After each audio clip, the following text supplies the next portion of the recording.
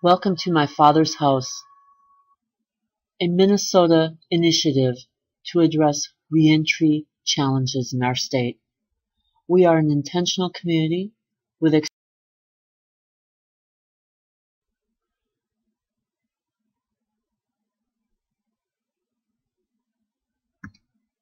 This cutting-edge initiative begins with partnerships across systems and communities, incorporating the expertise of stakeholders such as the Department of Corrections, Division of Community Corrections, Prison Fellowship and their IFI program, social service agencies such as Health and Human Services, HUD, and other nonprofits such as Minnesota Teen Challenge, grantors, foundations, rap teams, volunteers, affiliated homes, advocates, and of course, the most important person, the client with family.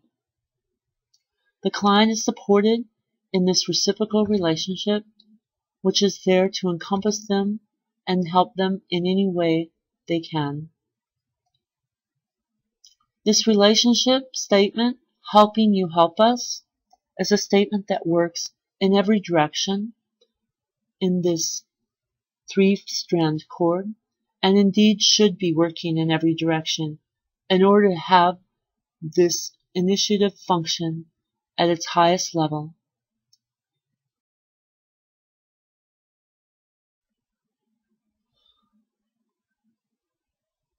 Although it is proven that reentry really begins on the day that a person walks into the prison system, without hope of a transformative program that addresses intrinsic needs of this community in a way that affects by and by participants, the best any program can hope for is compliance.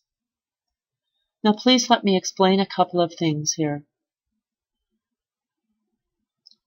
The Minnesota Network for Reentry Initiative is not meant to supplant any existing program or curriculum in any prison or treatment facility.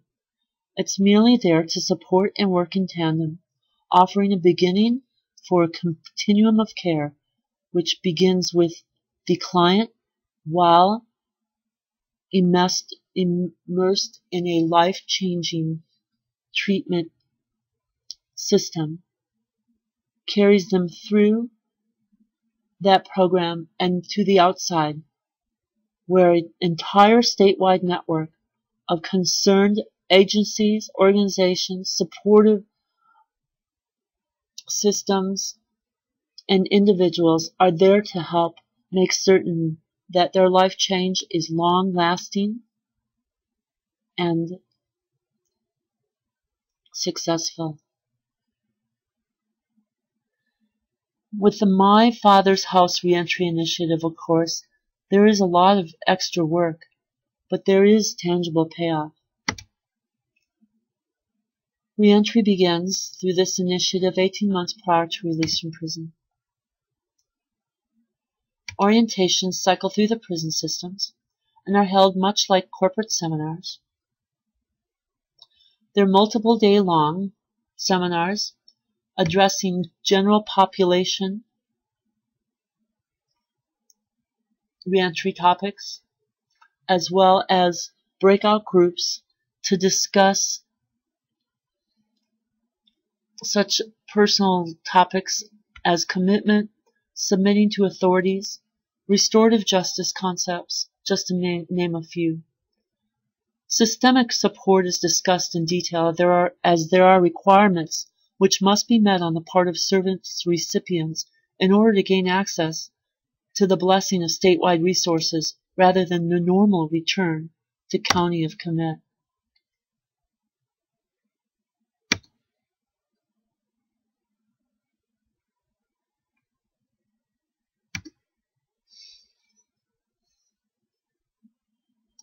One year from release time,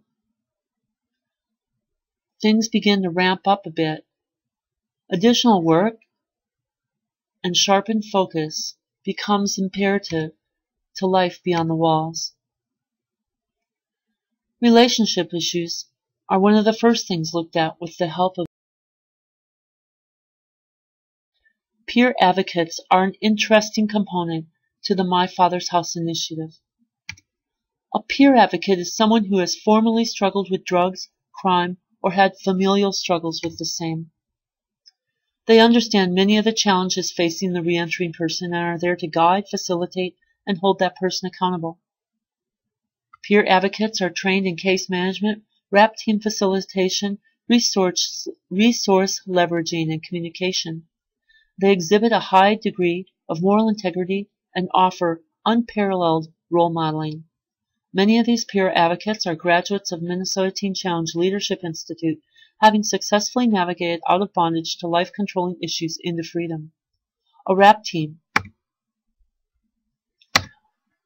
is facilitated by the peer advocate and is a system which encompasses a person in need of services. The client defines their personal idea of successful living, a vision for their life which they believe they would find productivity and contentment. The RAP team is comprised of mandated representatives such as parole officers or social workers, along with solid support such as pastors or family members. Everyone takes part in forwarding mandated and personal achievements, and all parties are mutually accountable to each other for assigned tasks to further client vision. Peer advocate is responsible for team facilitation and communication of stepping stone victories, which are celebrated together. RAP teams set goals, decide next steps, share the workload, and provide mutual accountability. They don't dictate, blame, do nothing, or look the other way.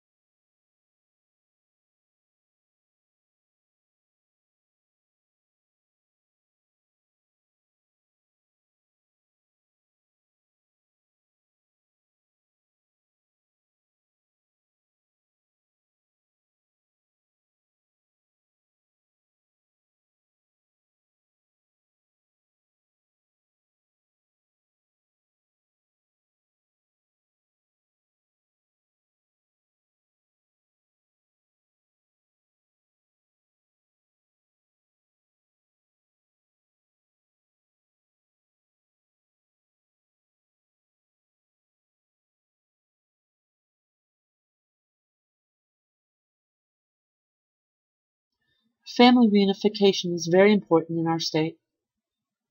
Nationally, 7.3 million children have at least one parent in jail or prison.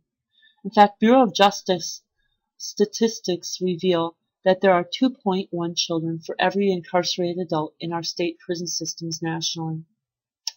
Sadly, 70% of these children are doomed to follow in the same footsteps as their parents, becoming imprisoned at some point in their lives. Children of incarcerated parents are 5 times more likely than their peers to commit crimes. However, sadly, these at-risk children are largely. So how does the Family Reunification Initiative component of My Father's House statewide initiative work? First of all, let's talk about who's involved. Of course, the Department of Corrections and the Division of Community Corrections play an integral part to this important component. Family and Social Services also have come along the table as important stakeholders. And a specific organization, such as Bridge Builders for Kids, that works with children of incarcerated parents, will come along board to facilitate this reentry project, and of course the parents and the children themselves, mentors and therapists. This is how it works. In prison, let's take mothers and children. Mothers receive in-prison counseling and parenting skills. Children receive therapy groups outside of the prison walls. Once a month, parents with children come together within the prison for combined therapeutic sessions which corporately touch on real issues like shame, disappointment, healing. Additionally, children's visits are facilitated once a month, which is often something new for a parent who otherwise does not get to see a minor child without adult supervision. The reunification program is very intent upon providing mentors, debriefing time for kids, and very specific therapeutic components so that children are not just being transferred into a prison to meet with a parent and then yanked away from that parent to go back into community with unresolved issues such as anger, hurt, frustration, perhaps shame. All of these issues need to be addressed in order to have a successful family reunification program. What's the end result? I like to know end results. Well, I'm very hopeful for an end result for women that is very special. I envision a brick apartment building about 6 floors high. Upon release from prison, women who have participated in the family reunification project will move to one of the top 2 floors where there will be apartments that they will share with a roommate, and they will have enough space to have their children come visit and transition during this time in a supportive setting. The lower floors will be assigned to families who have successfully transitioned through the initial reunification that took place on the top floors, and they actually move into their own apartment with their children within the same building. The main floor will house the organization that is doing oversight, such as Bridge Builders for Kids, their administrative offices, individual and group counseling, daycare services for working moms and neighborhood families ran by the bridge builder moms. And some ideas for a built-out basement include business incubator, community food pantry, or health services. Women in this setting will be transitioned into vocational training, higher education, apprenticeship programs, and small businesses. For men, family reunification begins with fatherhood initiative. There are many successful curriculums that will be applied using fatherhood initiative concepts to raise up strong leadership in our homes. Men who are married will be offered counseling, and upon release from prison, that counseling will be continuing. If divorced, family event outings are available on bi-monthly basis, and special events are available for family units on a monthly basis, dependent upon the area in which you live. Vocational resources are intentional. Educational goals are set. Entrepreneurial resources are made available. It is the intention of this Minnesota Reentry Initiative to raise up strong male leaders in our community. Let's go back to the Minnesota Teen Challenge contracts, just to make sure that we haven't missed anything. Some examples of those contracts are humility, sexual intimacy, codependency, grief, and failure. These contracts are reviewed by the outside parties, but they are designed to be individual experience.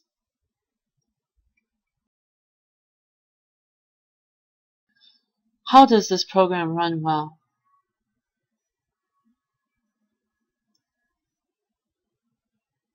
Advisory Council oversees the entire statewide network. It's comprised of Department of Corrections, Department of Community Corrections, Prison Fellowship, My Father's House representatives, with in-prison peer advocates, contract representatives, and affiliates as needed. Through inmate buy-in, an intentional plan to present the why that change is good, rewarding, and cool through outside influences coming into the prison setting, whether it be through church, music, seminars, etc. Personally, it is my desire to present to an inmate population real examples of people whose lives have changed from extraordinary circumstance. I myself am an example of that, and I am intent upon providing that example to others who come behind me. Using existing insights into building businesses, there are individuals in prison who can join advisory councils to look at business structures and marketing plan for businesses ran by former ex-convicts. Be given to the Department of Corrections to help us. Let's have a quick recap. We've covered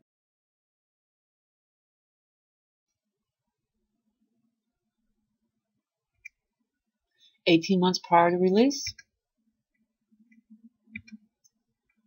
We go through the orientation seminars.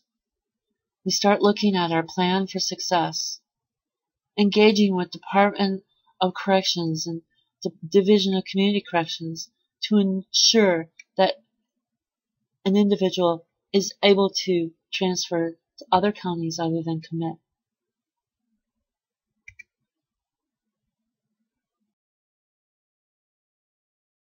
Release. Relational issues begin to be discussed. Peer advocates and RAP team are established. Preparation planning. Pathway for transition. Contracts begin. On release.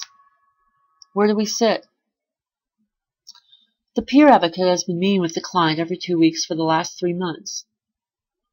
The peer advocate is the liaison for prison officials, advisory council, and helps to develop a sound transition pathway for the client.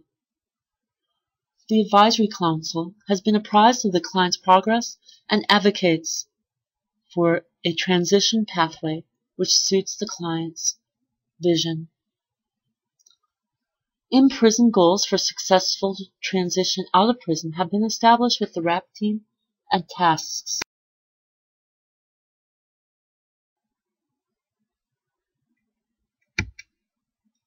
Six months prior to release, all systems are communicating, and priorities, tasks, and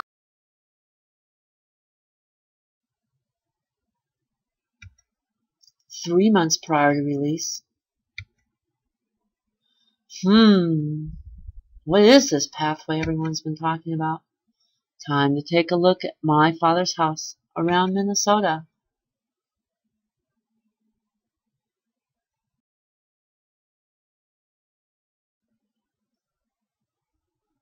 Remember the cooperation that Minnesota has been working towards in prison? It is all about to come together.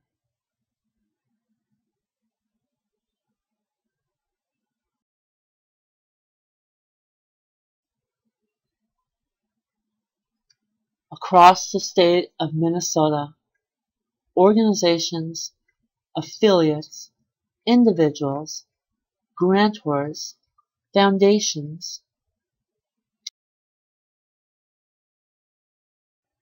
to help a client meet their life vision. Let's begin. This is undoubtedly going to get a bit complicated. I've done my best to explain it in a way that you can understand. Let's look at pathways in prison. First of all, let's look at the pathway through Minnesota Teen Challenge. This is a very interesting tract. So why would someone want the Minnesota Teen Challenge track? What is the end result? Because once you're released from prison, you go 90 days in the life care program to acclimate to the Teen Challenge program. And from there, you enter Teen Challenge Leadership Institute for either a 1-year or 2-year commitment and have access to the Crown College track. Sounded great.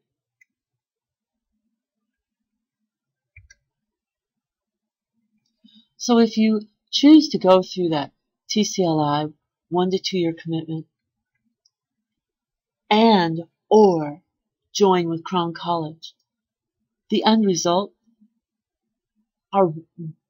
is a myriad of options, which could be employment with Teen Challenge worldwide, any ministry program, degree and ministry, position as a peer advocate, case management, house management, international ministry. The list goes on and on. Due to the high respect that Minnesota Teen Challenge has worldwide, people with extraordinary criminal backgrounds and multiple years of addiction are finding themselves employable, and not just employable, but respected. So whether it be option 1 or option 2, the combined outcomes are too numerous.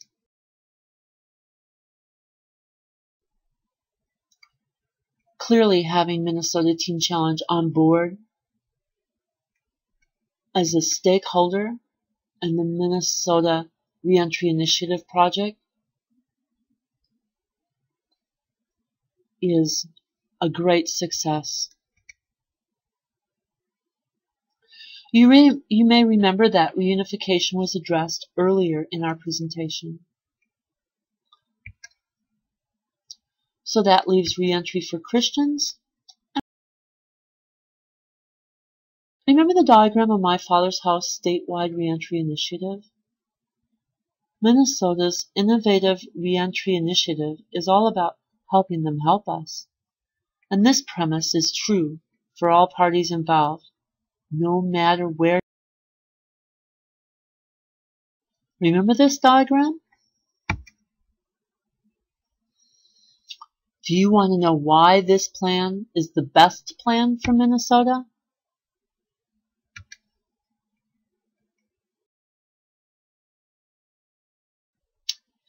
The ability for an inmate to know that there are constants which they can come on is extraordinary. Everything is in upheaval when the reentry begins to unfold. I don't care how well prepared you are for it. The ability to anticipate the environment is a huge benefit to those who are walking through the challenge.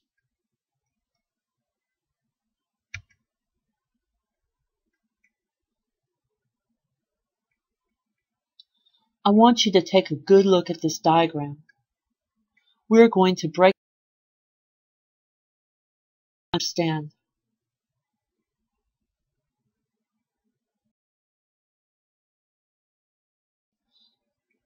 Let's look at the first part of the diagram.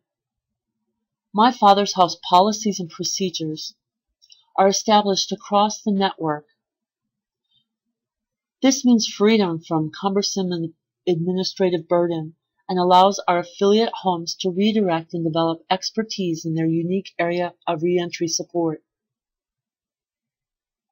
Everyone knows that social services are oftentimes bogged down in administrative policies and procedures. This extraordinary initiative has taken that burden off of statewide affiliates and onto the shoulders of one part of the organization to leverage the oversight. Let's look at core curriculum. Peer advocates on the outside facilitate RAP teams, advocacy, individual and group trainings, seminars, and case management.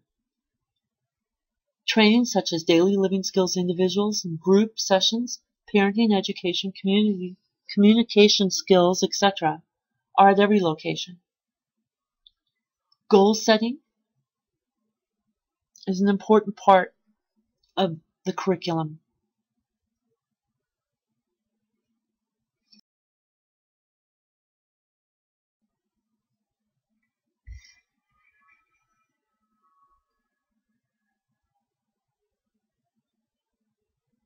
Pathways can also be a combination of mandated and personal choice.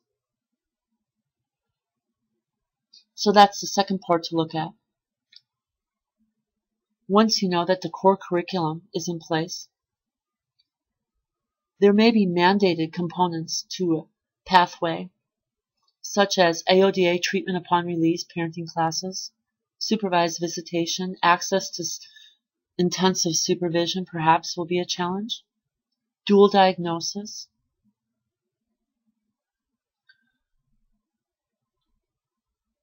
Personal choice also weighs in on a pathway design. Perhaps a re-entering person has a desire to work with guys fresh off the street. Maybe they've always dreamt of becoming a psychologist or want to learn how to run a business. Perhaps get their children back, learn a trade, want to work with guys who were incarcerated themselves. Our statewide network has homes which specialize in alcohol and other drug addiction treatment, reunification, education, dual diagnosis, discipleship, leadership, and business.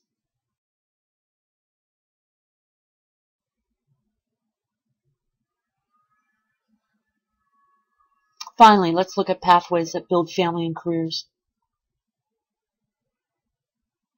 This statewide partnership offers support, completion of mandated activities, not just compliance, completion, vision and pathway for futures as defined by clients, and ex-offender run businesses situated all around the state of Minnesota. An extraordinary man, the Honorable Mark Early, said before the House Appropriations Committee subcommittee on the assessment of reentry initiatives, recidivism, and correction spending, entitled The New Frontier. We can reduce the mass incarceration trends, advance public safety, shrink government, and save taxpayer dollars if we will begin to focus on providing meaningful opportunities for personal transformation to those behind bars who want to change their lives. The key is not more money, but to unleash the power. Strong executive leadership in government in partnership with organizations who use practices. Let's explore some possible paths. Before we go any further, we have talked about reentry for ex-cons. To some extent, we have discussed the treatment community reentry, which would follow a very similar path to prison reentry. There's one very special group we have not talked about. There are young men in our state who do not fit the criteria for substance abuse treatment. They have not yet caught a prison sentence that has rattled them to the point of radical life change. These young men feel hopeless. Inspector Lucy Gerald of the Minneapolis Police Department grew up in the 3rd Precinct. She's the only Minneapolis police commander who lives in the same precinct she supervises. In an article dated August of 2011, Gerald stated that the young men involved in Southside Minneapolis high crime areas tend to be more structured, and their membership spans generations of families. In the 3rd Precincts, they are, I think, battling for setting up new leadership, new structure, trying to figure out who they are. This article goes on to say that PV Park has been an area that has attracted drug dealers and other nefarious characters. I was nefarious once. Over the last year, this author, myself, has intentionally engaged with the young men of PV Park in the streets of Franklin and Chicago specifically. Time and intention has opened up relationship. Walls come down and hearts exposed as men share pictures of children they haven't seen in months. The harsh reality of homelessness and hunger finds a voice. The gut-wrenching message is open for discussion. You are expendable. They are waiting for you to die or go to prison. When they hear me say this, they sadly admit this is truth. These young men want to have an option in a world where they can no longer imagine one. They want to be offered a real chance to hop out.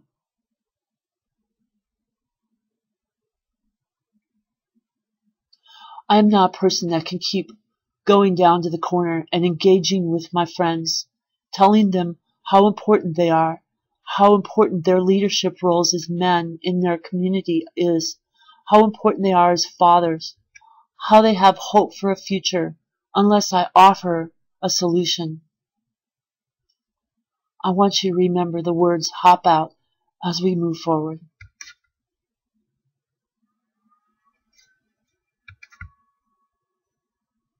Hop out.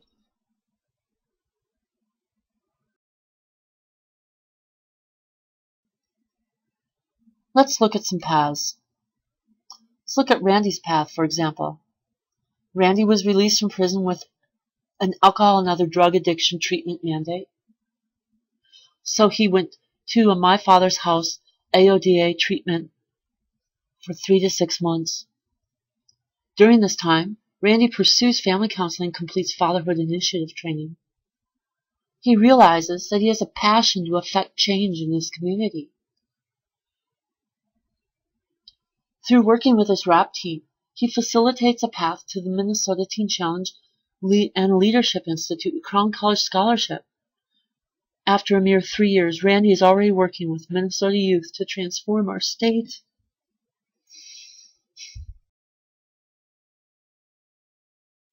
Vanessa and her 3 children participated in the My Father's House Family Reunification Plan. While serving her 3-year sentence, her entire family was in counseling, and the children were brought twice a month to the prison. Vanessa began her release at the reunification home. First 6 months spent in transitioning relationship and learning how to mother her children. Now Vanessa and her children share an apartment at the home where her children are in daycare and Vanessa attends college. Vanessa is the first. The lives of Shorty and Mike cross paths. Mike served 4 years. He went through the IFI program and graduated. Shorty was on the street, slinging a bit of dope, smoking occasionally, and using whatever comfort happened along, which would stop the pain for a moment. A My Father's House affiliate home, whose special offering is equestrian horse therapy, offers leadership training based upon a cutting-edge curriculum and intensive discipleship.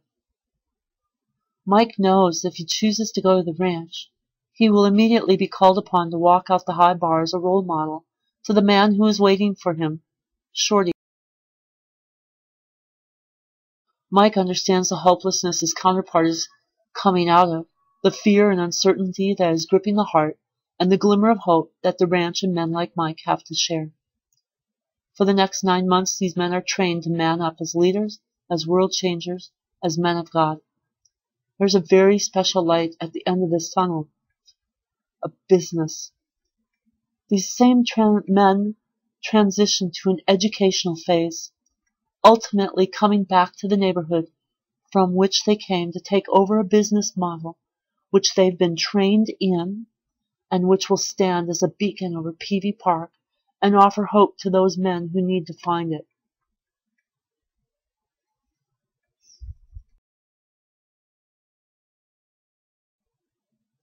Is this all a dream? I don't think so. In fact, I'm sure it's not. Others say, who know the issues, efforts to reentry, must be delivered by men and women who believe that transformed prisoners and ex-prisoners, in spite of and precisely because of their past, are uniquely situated to contribute to society because they have experienced brokenness, forgiveness, and restoration. The Therapeutic Communities of America describes the primary goals of TCs as fostering individual change and positive growth. This is accomplished by changing an individual's lifestyle through a community of concerned people working together to help themselves and each other. Best practice emphasizes support and therapy that is matched to the individual needs, as well as the importance of partnerships and collaboration in effective service delivery. 2 men look out the prison bars.